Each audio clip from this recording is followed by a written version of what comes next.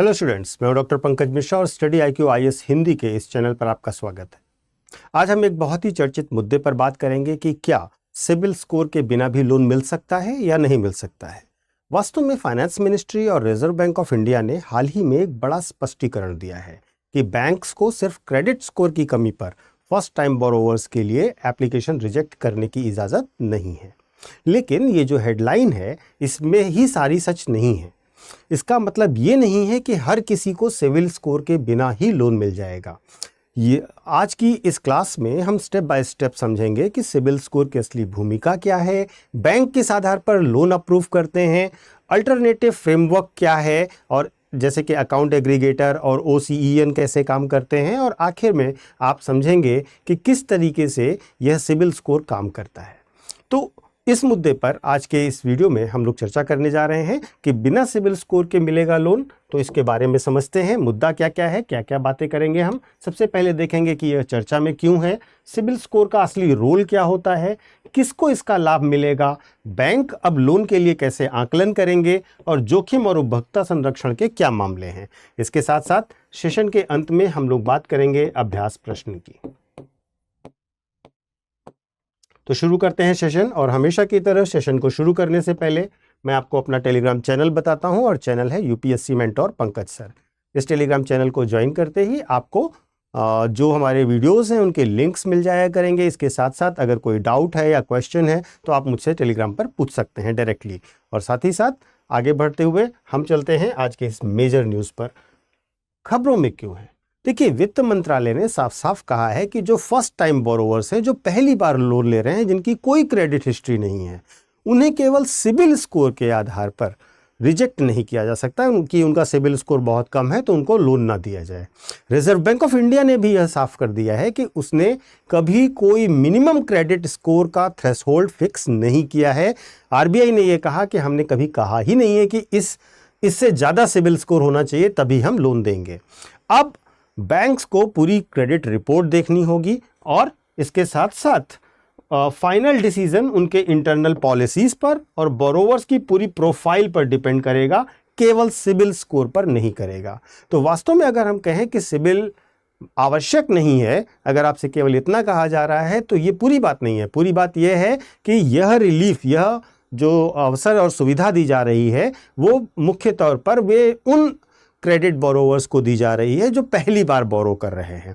Existing लो score वाले borrowers के लिए वैसे ही और ज़्यादा प्रक्रियाएं रहेंगी, लेकिन केवल सिबिल स्कोर के आधार पर लोन रिजेक्ट नहीं होगा, ये तय है।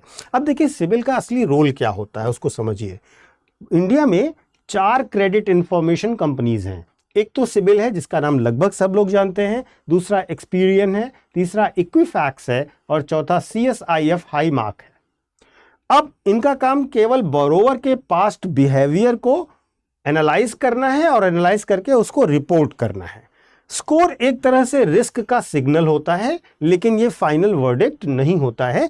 जो सिबिल स्कोर है या बाकी सारी रेटिंग एजेंसीज का स्कोर है वो यह बताता है कि इस व्यक्ति को लोन देने पर या इस संस्था को लोन देने पर कि रिकवरी की क्या जो है संभावनाएं हैं या नहीं है। तो 2025 के बाद एक नया सिस्टम लागू हुआ। अब मतलब अभी के जो बैंक्स हैं और जो NBFCs हैं वो उनसे कहा गया कि वो हर 15 दिन में क्रेडिट ब्यूरो का डेटा अपडेट करें। इससे बोरोवर का क्रेडिट बिहेवियर जल्दी से जल्दी रिफ्लेक्ट होगा, और अगर आपने गलती सुधारी है तो इम्प्रूवमेंट भी तेजी से दिखेगा। मतलब स्कोर जो है, जो क्रेडिट स्कोर है, वो बहुत इंपॉर्टेंट फैक्टर तो है लेकिन डिसीजिव फैक्टर नहीं है। इस योजना का, इस घोषणा का लाभ किसको मिलेगा? इसका लाभ मिलेगा नए स्नातकों को, प्रथम वेतन पाने वाले व्यक्तियों को, गिग वर्कर्स को, फ्रीलांसर्स को और युवा उद्यमी को, ये वो लोग हैं जिनको इसका सबसे ज़्यादा लाभ मिलेगा। देखिए, सरकार का सबसे बड़ा मकसद है वित्तीय समावेशन यानी फाइनेंशियल इंक्लूजन। इसी संदर्भ में एक पोर्टल भी सरकार ने लॉन्च किया है जिसे जन समर्थन पोर्टल कहा जाता है, जहां पर कई बैंकों और योजनाओं को एक जगह पर ही पात्रता, जो ऋण लेने वाले हैं उनकी पात्रता जांच करने का मौका मिल जाता है। और सबसे बड़ा बदलाव यह है कि अकाउंट एग्रीगेटर फ्रेमवर्क जो होता है और OCEN जो होता है, यानी लोन लेने वाले अब सिर्फ क्रेडिट स्कोर पर नहीं बल्कि उधारकर्ता के वास्तविक कैश फ्लो और उसके साथ साथ लेन देन डेटा पर भरोसा कर सकते हैं। तो मुद्दा यह है कि बैंक अब कैसे आकलन करेंगे किसी भी व्यक्ति की को लोन देने से पहले, उन मुद्दों को भी समझिए और ये आपके जीवन से और आपकी तैयारी दोनों से जुड़ा हुआ है। पहला तो KYC कंप्लायंस देखेंगे जिसमें आधार, पैन, CKYC वेरिफिकेशन ये सब होगा। दूसरा, आय और रोजगार की स्थिरता भी देखी जाएगी, यानी कि आपकी सैलरी स्लिप देखी जाएगी, ITR रिटर्न देखा जाएगा, जॉब कंटिन्यूटी भी देखी जाएगी। तीसरा, नकदी प्रवाह का विश्लेषण किया जाएगा और नकदी प्रवाह का विश्लेषण जो अकाउंट एग्रीगेटर के माध्यम से किया जाएगा उसमें 6 से 12 महीने का बैंक स्टेटमेंट लिया जाएगा, इनफ्लो और आउटफ्लो देखा जाएगा, बाउंस रेशियो देखा जाएगा और नेट सरप्लस देखा जाएगा कि ऑन एन एवरेज आपका कितना सरप्लस अकाउंट में पड़ा रहा। इसके साथ साथ आपका ऋण से आय अनुपात देखा जाएगा, यानी कि EMI का बोझ आदर्श रूप से कम 40% से अधिक नहीं होना चाहिए आपकी कुल आय का। कोलेट्रल भी देखा जाएगा कि आप कोलेट्रल क्या दे रहे हैं, कि आप गोल्ड, FD या प्रॉपर्टी है तो लोन अप्रूवल आसान हो जाएगा। इसी तरीके से बिहेवियरल और डेटा, ALT डेटा भी देखा जाएगा, जैसे आप इलेक्ट्रिसिटी बिल पेमेंट्स के बारे में देखा जाएगा कैसे कर रहे हैं, GST रिटर्न्स कैसे फाइल कर रहे हैं, प्लेटफॉर्म सेल्स डेटा एटसेट्रा को भी देखा जाएगा। तो इस बात से ये क्लियर है कि लोन अप्रूवल जो अब होगा वो हॉलिस्टिक होगा और बहुत ही ड्यू डिलिजेंस के साथ होगा। इसमें केवल और केवल क्रेडिट स्कोर की भूमिका नहीं रह जाएगी। हालांकि ये बिल्कुल क्लियर है कि इसमें कुछ जोखिम भी हैं और उपभोक्ता संरक्षण के मुद्दे भी हैं, जैसे कि इसमें कुछ रेड फ्लैग्स हैं जिससे आपको सावधान रहना चाहिए। सबसे पहले आपको जोखिम आधारित मूल्य निर्धारण से गुजरना होगा। अगर स्कोर कम है तो बैंक ब्याज बढ़ाएगा और राशि कम करेगा, या तो कर्जा कम देगा या तो ब्याज ज़्यादा लेगा। दूसरा, प्रेडेटरी ऋणदाता लोग ज़्यादा सक्रिय हो जाएंगे और ये क्या करेंगे, ये छिपे हुए शुल्क, जबरन बीमा, अग्रिम शुल्क, बकाया, इन सब के माध्यम से लोन ज़्यादा बांटेंगे, लेकिन उसमें बहुत सारे हिडन कॉस्ट होंगे, आपका जबरदस्ती बीमा करवाएंगे, ये सारी चीज़ें करेंगे। डेटा गोपनीयता का भी मुद्दा आएगा क्योंकि अकाउंट एग्रीगेटर सहमति आधारित है, इसीलिए सिर्फ यूनिक डेटा तक पहुँच प्राप्त करने, ये आपको ध्यान रखना होगा।